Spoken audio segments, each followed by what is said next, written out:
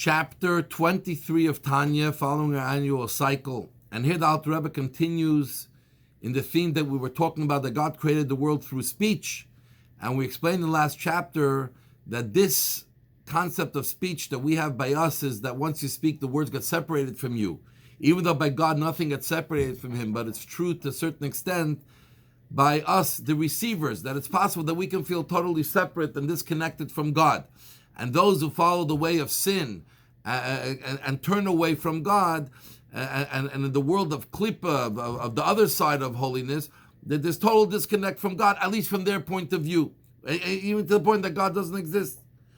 Inferring from this is that if in holiness, God is totally transparent and totally seen there, and holiness means that it's totally nullified before God. But even in nullification, which is expressed mostly through Torah, study of Torah, mitzvos, there are different levels of nullification and unity with God. One is the chariot and the rider, where even though the chariot follows the rider, but ultimately the chariot and the rider remain two totally separate beings. It's almost like it's forced to follow the rider, and they never become one entity. Then you have the body and the soul. The body and the soul remain body and soul, but they work together as one. They're like one unit working in sync with each other. And then you have the total unity where something becomes one and the same.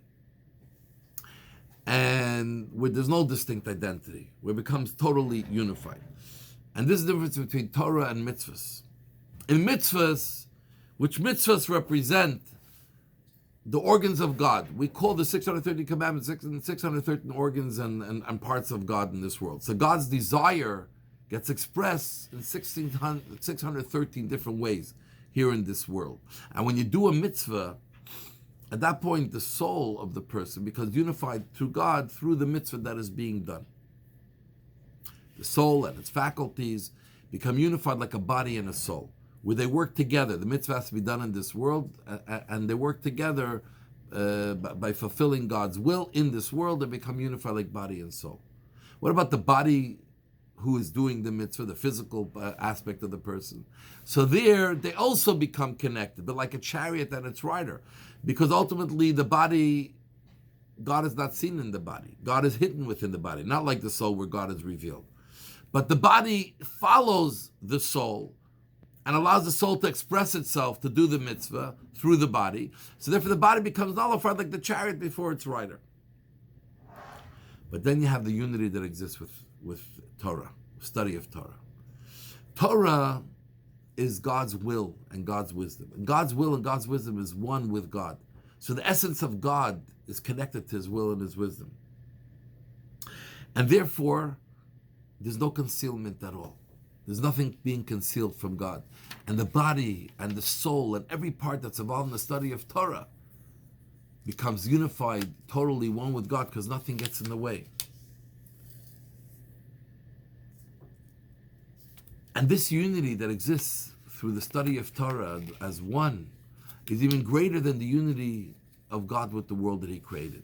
Because the unity of God with the world is derived through Torah. The world is an offshoot of Torah.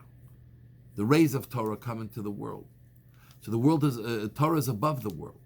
So God's unity with Torah is one that's much higher than the way unity of God with the world, and therefore there's no concealment in Torah, while in the world, God could be concealed. In this physical world, God is concealed, but Torah, even as it comes to this world, God is not concealed. But we don't feel godliness when we're studying Torah.